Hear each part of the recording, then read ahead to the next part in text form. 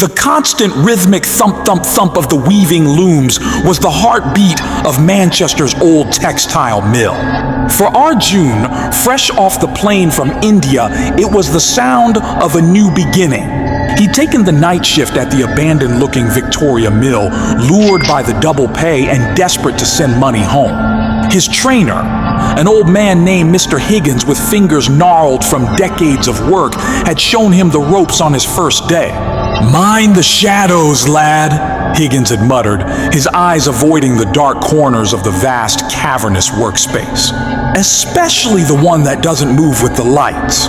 Arjun had laughed it off as the ramblings of a superstitious old man. But now, on his third night alone, the joke felt stale.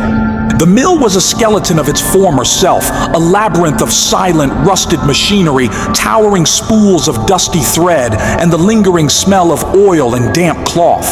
The single overhead light at his workstation cast a wobbly pool of yellow, making the darkness beyond seem all the more absolute. It was past 2 a.m. when he first heard it. A soft scraping sound, like something being dragged across the concrete floor. It came from between the rows of dormant looms. "Hello?" Arjun called out, his voice swallowed by the sheer size of the room. "Is someone there?" The scraping stopped. Silence, thick and heavy, pressed in on him. He grabbed his heavy flashlight, its beam cutting a shaky path through the darkness. He walked towards the source of the sound, his heart a frantic drum against his ribs. Nothing.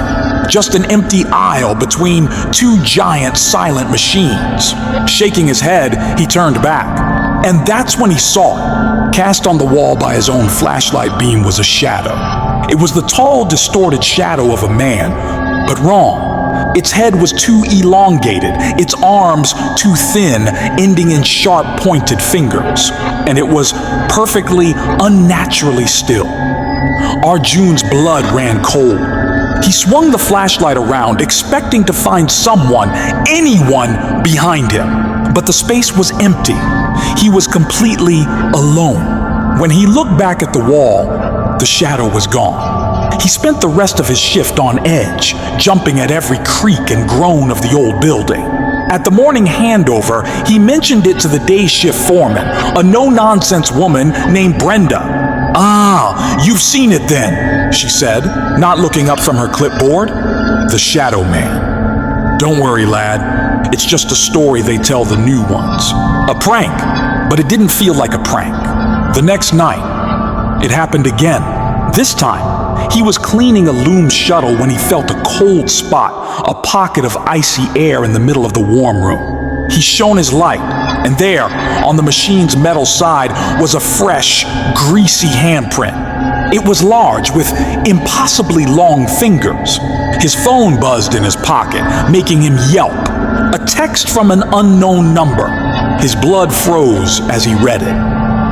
"He's making his mark. You're next." Arjun fumbled with the phone, calling the number back. It rang and rang, no answer. He looked back at the machine, his breath catching in his throat. Next to the greasy handprint, a single, long, dark thread was tied in a perfect, tight noose. Arjun's blood ran cold. The noose seemed to pulse in the dim light, a perfect, cruel circle against the cold metal. He stumbled back, his heart hammering against his ribs. The text message burned in his mind. "He's making his mark. You're next." He scrambled for his phone, fingers trembling as he dialed the unknown number again. This time, it didn't even ring. A recorded robotic voice stated, "The number you have dialed is not in service." "Ah! Impossible!" He had just received a text from it seconds ago. Driven by a fear he couldn't name, Arjun grabbed a cleaning rag and scrubbed furiously at the greasy handprint. It smeared but wouldn't vanish, as if stained into the metal itself. With a final violent tug, he ripped the thread noose away, stuffing it into his pocket as if it were evidence of a crime. The rest of the shift was a blur of paranoia. Every shadow seemed to twitch. Every drip of water sounded like a footstep. He jumped when the ancient heating system clanked to life. His eyes kept darting back to the spot on the loom, the ghost of the handprint still visible in the right light. At 6 a.m., as the gray dawn light filtered through the grimy windows, Brenda arrived. Arjun practically ran to her. "The number!" he blurted out, shoving his phone in her face. "The text and the handprint, the noose!" Brenda's face, usually a mask of weary patience, went pale. She didn't look at the phone. Instead, her eyes darted past him towards the loom he had been cleaning. "Show me," she said, her voice tight. He led her to the machine. The handprint had faded, but a faint oily discoloration remained. Arjun pulled the knotted thread from his pocket. Brenda recoiled, as if he'd offered her a live snake. "Where did you get that?" she whispered. "Here, tied right here," he insisted, pointing. "What is it? What's going on?" Brenda looked around the empty mill, then back at him, her expression grim. "It's not a prank, Arjun. I lied. We all lie to the new ones. It's easier." She led him to a small, dusty office, its walls lined with faded photographs of mill workers from a century past. Rows of grim-faced men and women in heavy aprons. "They called him the Loom Walker," she began, her voice low. "A worker, back when the mill first opened. A man named Silas. He was a giant, they say, with long, clever fingers, the best weaver in Manchester. He loved these machines." She pointed a trembling finger at one of the oldest photos. A tall, broad-shouldered man stood proudly next to a loom, his features sharp, his hands resting on the machine almost lovingly. "One night," Brenda continued, "there was an accident. His apron got caught in the drive shaft. It pulled him in. They said it was quick, but he never left." Arjun listened, his mouth dry. "He marks one worker every few years," she said. "A greasy handprint on their machine, a thread tied in a knot. Then they have an accident, just like he did, a fall. A hand caught where it shouldn't be." She finally met his eyes, her own filled with a deep, weary terror. "The text message, that's new. But the mark isn't. You're marked, Arjun. He's chosen you." Just then, Arjun's phone buzzed again. A new message from the same unknown number. He looked down, his blood turning to ice. "The shuttle must be fed. Your thread is ready." As the words registered, a deafening crash echoed from the main floor, the sound of a heavy industrial shuttle designed to carry thread at high speed, smashing against the concrete. It was the one he had been cleaning just hours before. The crash of the shuttle echoed through the empty mill like a gunshot. Arjun and Brenda froze, their eyes locked in shared terror. "He's here," Brenda whispered, her voice cracking. "He's active now." Arjun's phone buzzed again, the screen illuminating the dusty office with an eerie glow. The loom must eat. It's hungry. "Come on!" Arjun grabbed Brenda's arm, pulling her towards the door. "We have to get out of here!" But as they stepped back onto the main floor, the massive, rusted looms began to tremble. Not the whole machines, just their shuttles, the boat-like devices that carried the thread back and forth.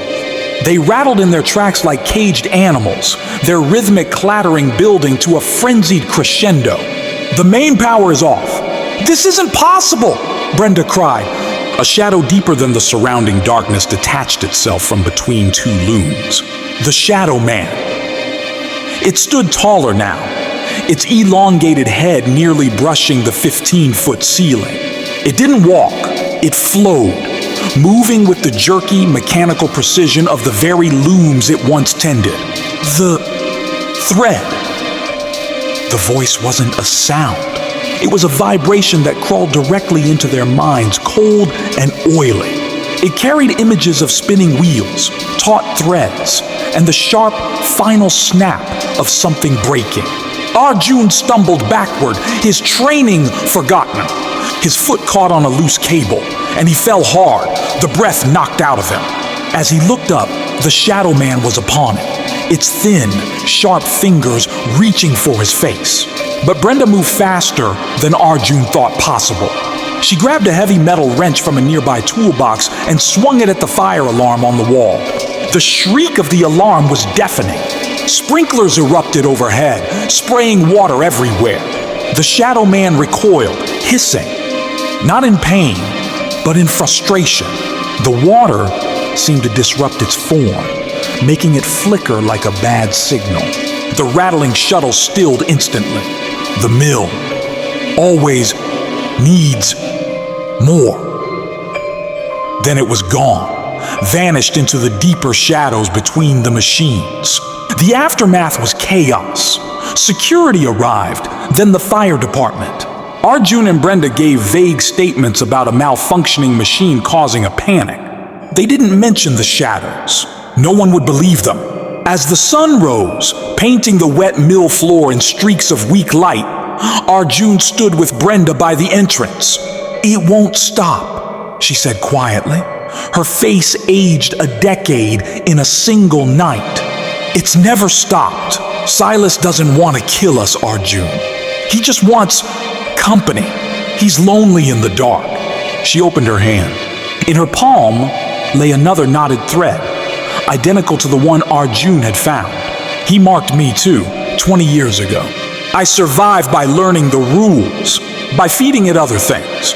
Arjun stared at her, a new kind of cold settling in his bones. What did you feed it?" Brenda's eyes were full of a terrible, ancient guilt as she looked out at the silent looms. "The new ones," she whispered. "The ones who wouldn't be missed." Brenda's confession hung in the air, more chilling than the morning cold. Arjun stared at her. The woman he'd seen as his protector now revealed as an accomplice to something monstrous. You sacrificed others?" The words felt like ash in Arjun's mouth. It was them or me. Brenda's eyes were wild with decades of suppressed terror. "He doesn't stop. Once you're marked, he either takes you or you give him someone else. I chose to live." As she spoke, the main lights of the mill flickered violently, though the power was still officially cut. From the darkness between the looms, the Shadow Man began to reform, taller and more solid than before. Water droplets from the sprinklers sizzled where they touched its form, but it didn't retreat this time. The thread is woven. The pattern must be complete. The voice in their minds was clearer now, filled with a desperate urgency. New images flooded Arjun, not of violence, but of beautiful, intricate patterns being cut short, of artistic genius interrupted by tragedy. Suddenly, Arjun understood he's not trying to kill us. He's trying to finish his work. He remembered the historical records he'd skimmed during his orientation. Silas wasn't just a worker. He'd been an artist, a textile designer on the verge of creating a revolutionary new fabric pattern when he died. The Shadow Man stretched out a trembling, shadowy hand toward a dormant loom. As its fingers neared the machine, threads began to move on their own, weaving through the air in a complex, beautiful dance. He needs hands, Arjun realized aloud. He can guide the threads, but he needs living hands to operate the machine. Brenda stared in horrified fascination as the ghostly pattern took shape in the air. A stunning combination of traditional Manchester florals and something otherworldly. "That's the celestial pattern," she whispered. The mill owners fired him for working on it. They said it was too radical. "Must finish my masterpiece." The Shadow Man's form began to flicker, growing fainter. Maintaining this connection was draining what little energy it had left. Arjun made a decision. He stepped toward the loom. "No!" Brenda grabbed his arm. "It's a trick! Look at him!" Arjun pointed at the fading shadow. "He's an artist who died before finishing his life's work.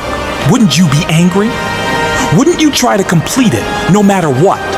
He approached the machine, his hands hovering over the controls.